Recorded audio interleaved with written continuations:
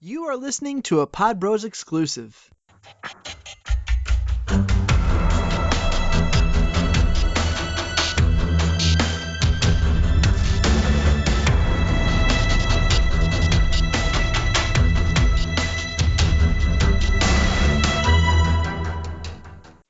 Hey now, boys and girls.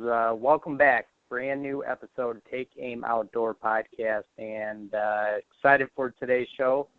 We got Mark Wooley on from Sub7 Media. Mark, how you doing? I'm doing pretty good. How about yourself?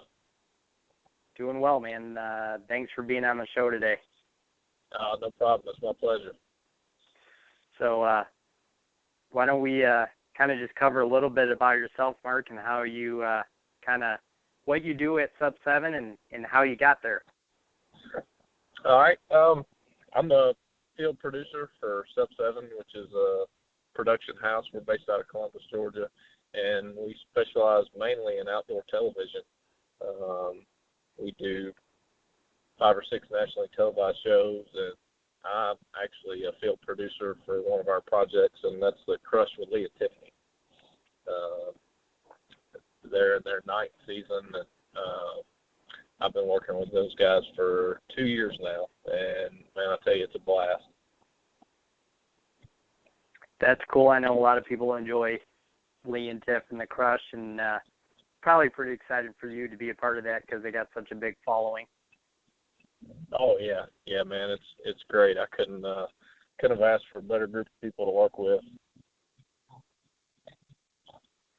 I know, ironically enough, one of my very long-time buddies works for Lee and Tiff, and we find it funny because it was just out of nowhere, and you got a job with Lee and Tiff. It's like, how in the world do you hit the deer hunting lotto, as far as working for somebody, But so a shout-out to Michael Earp, because he's a good buddy of mine and a really good guy. Oh, yeah. I spent a lot of time with Earp during the early fall and winter. He definitely keeps it fun for sure. He's a good guy. He does it. And he's a hard worker too.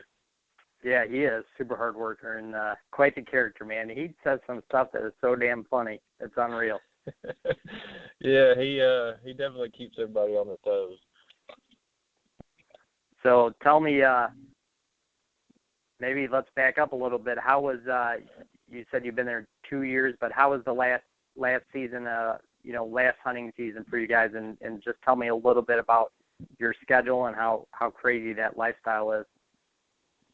Oh, well, a lot of people, when they think about hunting, they think about their hunting experiences and their hunting seasons, and typically it start in October and roll through January. But with the Crush, we keep a pretty busy schedule. We'll start.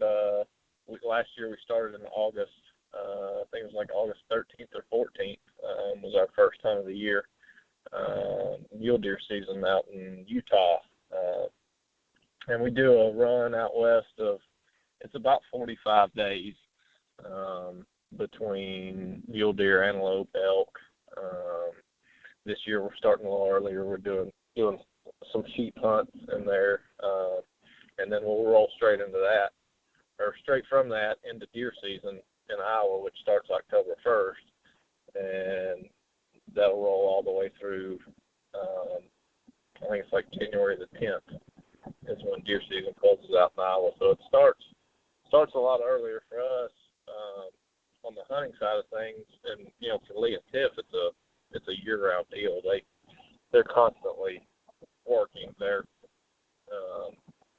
farming their own ground. They're actually in planting season right now. They've probably got everything in the ground and spraying everything to get ready for the upcoming fall. So it keeps us pretty busy, and for a married guy with 3 kids, it keeps me on the road quite a bit. But there's definitely worse things I could be doing for a living. That's very true. Very true. What do you guys, or how does Lee and Tiff handle a lot of their production that is quote unquote out of season? Because I know that's a big part of the show is a lot of the food plots, a lot of the agriculture and that type of stuff. this time of year? Yeah, as far as the show goes and our side of it, we'll cover a little bit of it during the spring. We'll go up there and do some turkey hunting with them, and we'll cover some spring planting. So we have some footage to show on the actual television show, and then we'll do a few things during the summertime. Shoot some billboards for the upcoming season. If there's any new product sponsors in, we have spots that we have to shoot for them, and we'll go up and we'll shoot some footage of the whitetails and velvet. They're starting to grow their horns now, and about another. Well, I'm sure Lee, as much as he studies his deer, they've barely started growing, but I'm sure he already knows which deer they are just by looking at them. But once they get more developed, we'll go up there during the summertime and shoot some footage of that, and then there's just it's a lot of in the studio stuff, editing footage from the previous fall between then and actual hunt season starting again. So, Mark, tell me a little bit about 2016. You guys are gonna, try to keep going on and producing the show and editing. But what do you guys do as far as creatively? When do you plan some of this stuff as far as the hunts go, and how you kind of want to change or maybe evolve the show a little bit? Where do you guys fit all that in? A lot of that takes place now during the off season. As a group, we'll get together and talk about new ideas, or if there's a new concept we want to try, a new direction that we want to take the show, because you want to keep it fresh. You want to you don't want to keep delivering the same product. You gotta always improve, and so we'll talk as a production company and come up with ideas and stuff like that during this time of year. And then, of course, we're always talking with them and sharing ideas back and forth. Yeah, I assume that's, part of the business for you guys, but it's probably quite an undertaking just to, it's not easy to always be creative and say, you know what, this just popped in my head, this is what we're going to do. Oh, yeah, for sure. It takes a team. We've got about 8 or 9 full-time guys, and everybody has some input of some kind somewhere along the way. So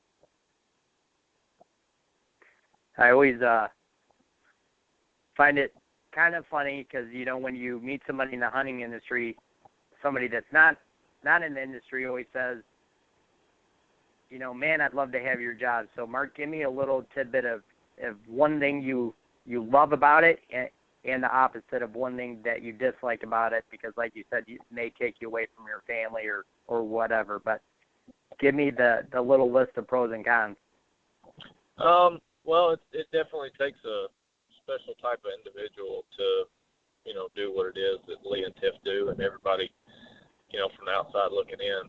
Yeah, I mean, it's the greatest job in the world is, to be able to do what you love for a living, and for a lot of us, that's hunt. But it's way more than just, let's climb in a tree stand and try to kill a deer, or, let's go see if we can call in a turkey or an elk or something like that. It's a 365-day-a-year job, and they're constantly doing something, whether it be farming their own ground or, guest appearances for sponsors, doing radio interviews over the telephone. I mean, you name it. And don't get me wrong, it's a lot of fun to be a part of that and, to do this. But like you said, there are some downsides to it. Being away from the family quite a bit, it does take you away from that. And for somebody who loves to hunt and fish like I do, you sacrifice a lot of your own time to hunt and fish. To actually, I'm in the woods a lot. I'm in a tree stand just about every day during the fall, but as far as me actually hunting, I don't get to do maybe as much of it as I would like, but it's just one of the sacrifices that comes with the job.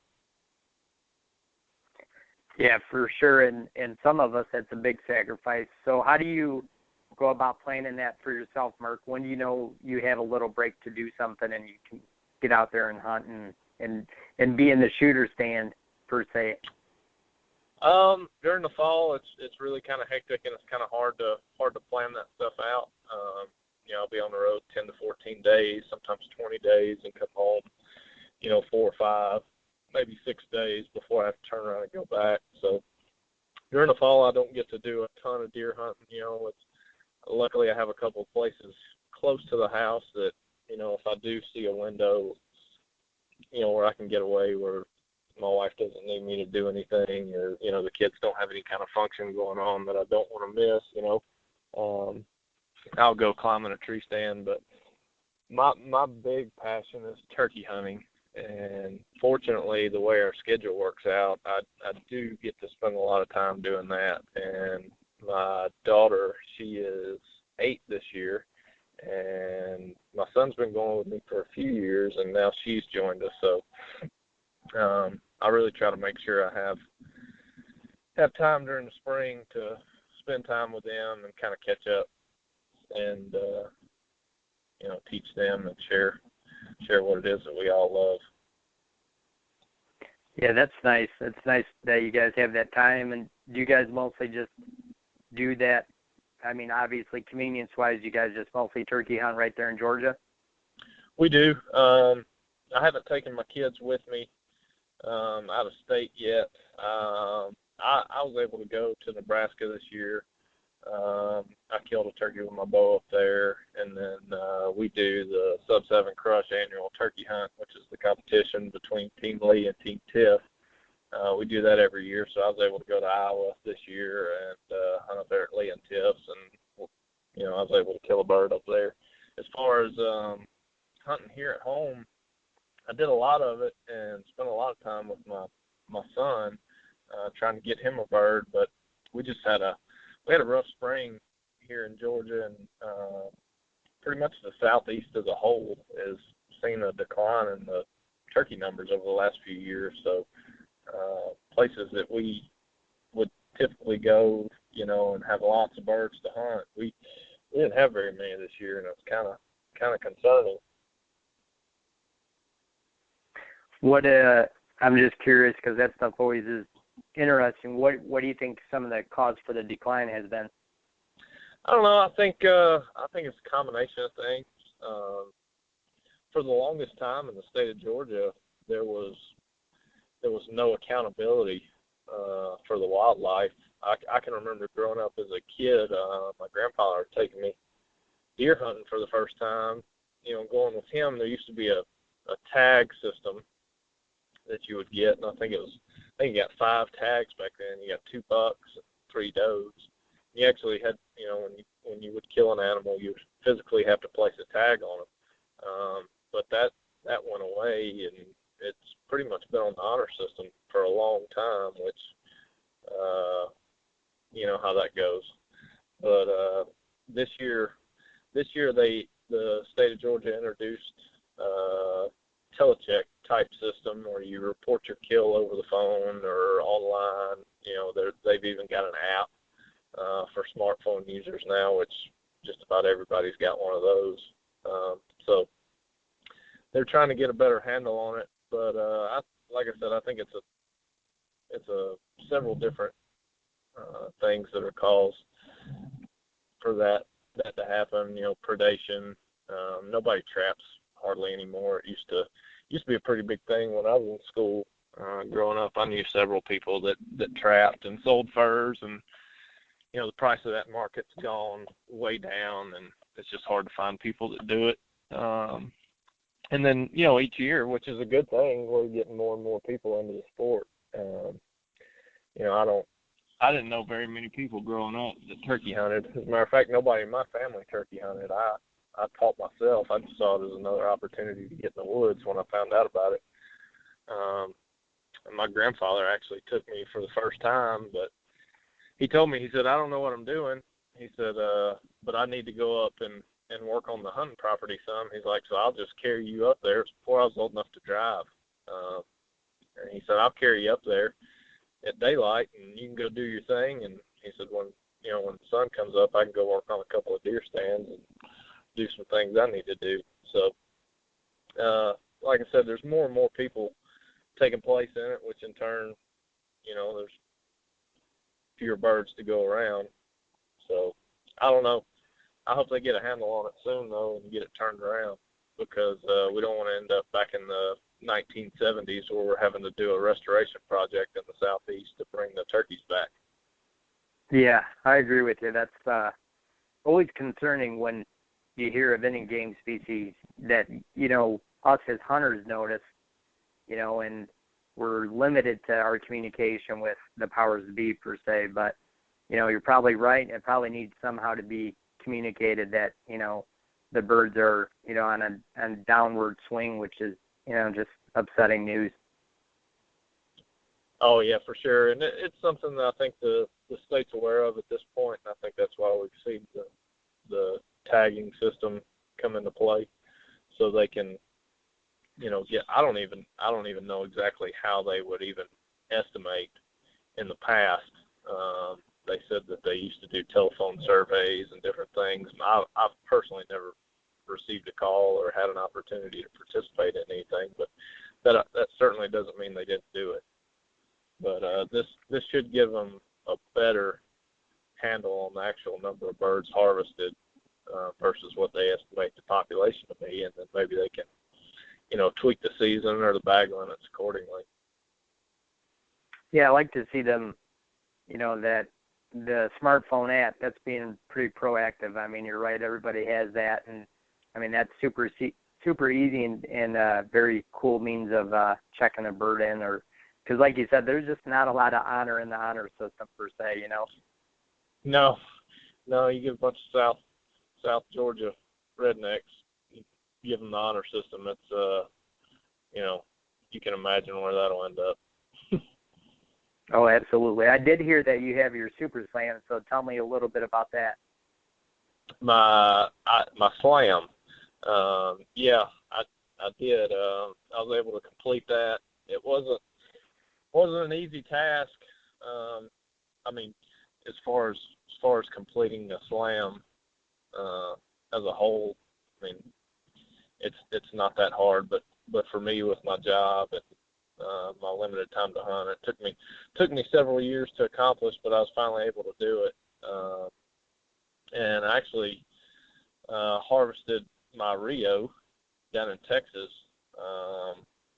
not this past spring, but the spring before last, with a mutual friend of ours, Baker Levitt. Oh, yeah. Well, that's cool. I didn't know you had that moment with Baker, so that's pretty neat. Oh, yeah. Baker and I have spent several mornings watching the sun come up in the turkey woods. And here in Georgia, we've been to Nebraska and turkey hunted. I was actually with him when he killed his first turkey, so that was actually pretty cool. And then, like I said, 2 springs ago, we were able to make the trip down to Texas, and I was able to finally kill a Rio. So. Yeah, that's super cool. I thought it was interesting just because I know the limit on your time and how you kind of managed to do that in. But it's neat to hear somebody say that, I didn't do it in a week. It took me a couple of years, because not everybody has that opportunity. Yeah, no, I mean, as far as if somebody wanted to do it in a season, it's doable. You just got to have the time and the places to go, because and the eastern is obviously the easiest of the 4 subspecies to kill, to get your slam, just because they're so widely distributed. As a matter of fact, you can even kill an eastern now in the state of Washington, I believe. I believe they have actually 3 of the 4 subspecies out there in the state of Washington. They have Rios, easterns, and Merriams. But and then the Osceola down in Florida, some might actually consider that to be the hardest one to get. just because of the location. But, for me, it's about a 4-hour drive, and I'm in Osceola country, so I've actually killed several of those. And of course, being here from Georgia, I've killed quite a few Easterns, but the Merriam and the Rio were the two hurdles that I had to get over, and it just took me a while to be able to work things out with, my schedule and my life to be able to make that happen. So. Yeah, absolutely. I know that I always think about it too, and I always just thought, obviously being the Osceolas in Florida, to me that kind of makes it, the most unique because it's the only place you can get it. So it definitely, I would assume, makes it the hardest for guys traveling. Definitely from a logistical standpoint. But the Osceola hunts that I've been on, with the exception of one, and I've been on a handful of Osceola hunts. Most of them were over within about an hour of daylight on opening day. I don't know if I just got extremely lucky, or just had some really good places to go. One of my birds, it actually took me 5 days to kill, and that was quite an experience. I had a really small piece of property to hunt that year, and there wasn't much of the property that was actually, huntable for turkeys. It was just so thick and nasty, so we had to sit either on a long roadbed that kind of transected the property, or we had to sit on this food plot. And a couple of times we picked a start on one side of the property and the bird would be on the other, and then the next morning we'd be like, well, he's over there, so we'll go over here, and he'd be where we were the previous morning. It was kind of like a chess match, and we finally caught up to him on day 5. But like I said, my other experiences down there have been pretty quick. As far as hardest bird to hunt, I would say it's the Eastern by far. Especially down here in the South, they're such wary animals. They're hard to get, and they're running out of habitat. So there's not many turkeys now in the Southeast that haven't been called to before. So. Yeah, I hear you there, man. It seems like turkey hunting is getting harder and harder, and I'm not complaining because that just has to make you a better hunter, I guess. For sure. So it does. For sure. It does make you a better hunter. So that is. But I like what you're saying about the turkey hunts that only take you an hour. So when that happens, Mark, just send me those GPS coordinates because that's where I want to be. Just shoot me a text. There's very few of those that take place like that, but every now and then you get that fastball right down the middle. Bird gobbling in the tree, and you're able to set up right underneath them, and they fly down, and you kill them. So my son, he's been hunting for 3 years now, and the first bird he killed with a shotgun actually worked out like that, and it was on the opening day of youth season 2 years ago. We've actually only had a youth season here in Georgia for, I believe this was the 3rd year this year. And they just get a weekend before the regular season comes in that's dedicated solely to the youth. And I think it's 15 and under. So I was able to take him out 2 years ago, and he killed his first turkey the year before that with a crossbow, which is not an easy task. When you're shooting at a turkey with a shotgun, it doesn't matter if he's facing you, if he's standing broadside, or if he's walking away. Shooting a bird in the head is shooting a bird in the head. But when you're shooting them with a bow or a crossbow, you got to know exactly where to place that arrow to get it in those vitals. And on that turkey, it's about the size of your fist, so you don't have a huge margin of error. And he had never killed one before, and had only practiced there in the yard. But he did great. He put it right where it needed to go, and the bird didn't even make it 10 yards, and he fell over. But back to the youth season hunt, he was able to experience one of those that you were talking about. You go set up, and the bird gobbles in the tree and you call a few times and he flies down and kill him. But I was quick to remind him, don't get used to that, because they don't happen like that very often. They don't, but I kind of wish for every youth or first time or first kill of an animal that stuff does happen, because that gives them that kind of like, man, it can be done. I can do this, and I want to do it again. I know sometimes just human nature, especially in kids, you get defeated really fast. So I think there's nothing wrong when it's a fastball down the middle and you hit it out of the park like that. Oh yeah, that's for sure. You want them to have not success every time they go, but you want to have something, like deer hunting here in the South. It's pretty slow especially if you're trying to find a trophy buck on the properties that we hunt. What we would see in Iowa. I can go sit on a deer stand in Iowa.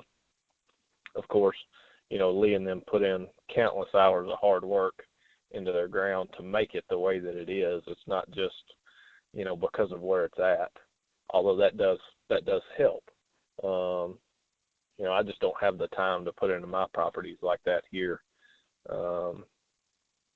like I would like to be able to have the type of deer habitat and, grow the type of deer that they can up there. But so it's hard to take my children on a deer hunt, and experience a lot of action, but turkey hunting is something that's totally different.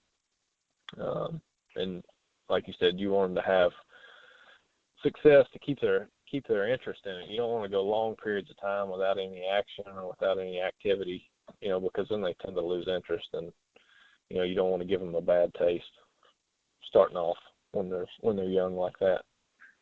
Yeah, I couldn't agree more, for sure. What are you kind of looking forward to the most this year, Mark? I know you said you guys start in August, kind of traveling. Is there, a certain elk hunt or the sheep hunt, or do you like just being in Iowa, chasing, getting to see some of the biggest bucks on earth? So what are you looking forward to the most? I'm definitely looking forward to deer season starting again in Iowa. This past year, we had a good year. I wouldn't say it was a great year. We did have some deer die off again to blue tongue, which has been an ongoing problem up there. So it'd be interesting to see how they bounce back from it, and or even if we have another outbreak of it this year, what deer make it through. But there's several deer that we saw last year and had on trail camera for all season long that I'm really looking forward to see what they do this year, because if they're around, they will be on the hit list. But I'm also looking forward to going on this sheep hunt in August. We're going up to the Yukon to do a sheep hunt, and it'll be fun just because it's a challenging hunt just from the physical side of things. Trying to bow hunt a sheep. It's not an easy task, and then you throw in a film crew, so super hard task. And now, are you guys doing the stone sheep, or is this for doll sheep? This is doll sheep. Doll sheep, okay. Yeah, it'll be doll. Yeah, so probably out of the subspecies, probably the most physical sheep hunt. So yeah, that's going to be quite a chore with a bow and arrow, but that's super exciting and a huge accomplishment if he gets that done. Oh yeah, for sure. So well, that's awesome, man. That one will definitely be a highlight. So now I did, which I'm surprised I didn't hear this, but I didn't know there was any cases of blue tongue last year in Iowa. So that's kind of sad to hear again. Yeah, it's actually been 3 out of the last 4 years up there too. So, and this year was kind of different. We were still finding deer dying as late December, early January.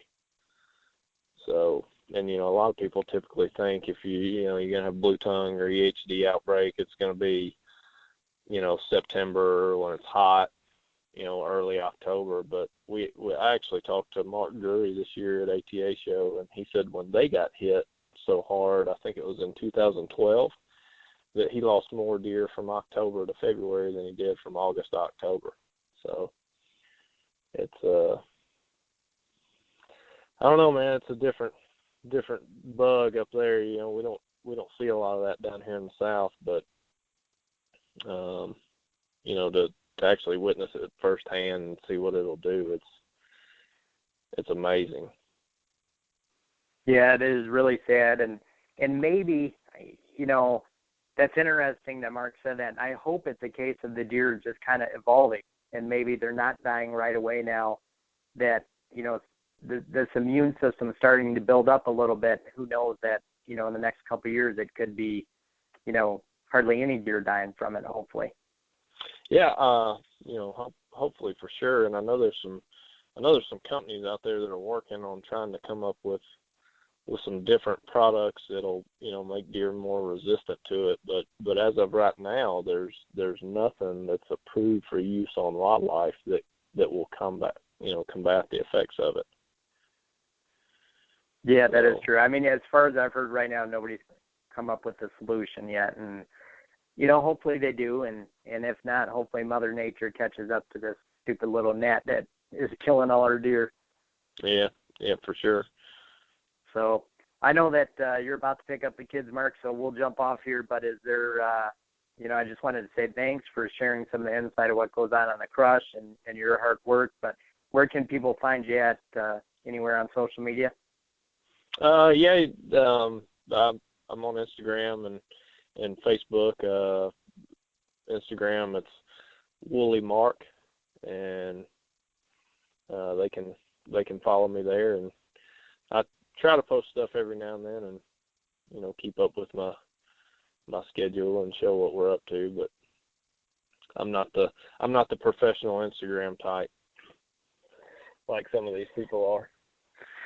Some people are really good at it, I'll say that. But I'll make sure to include that in the show notes so people can, you know, obviously check you out and see what you guys are doing on the Crush and Sub7. And for those of you that don't know, you can always find Take Aim Outdoors on iTunes every Tuesday live, podbros.com, Outdoor Podcast channel. And we'll see you guys next week. And thanks again, Mark, for your time today. Hey, thanks for having me. All right, man. Take care.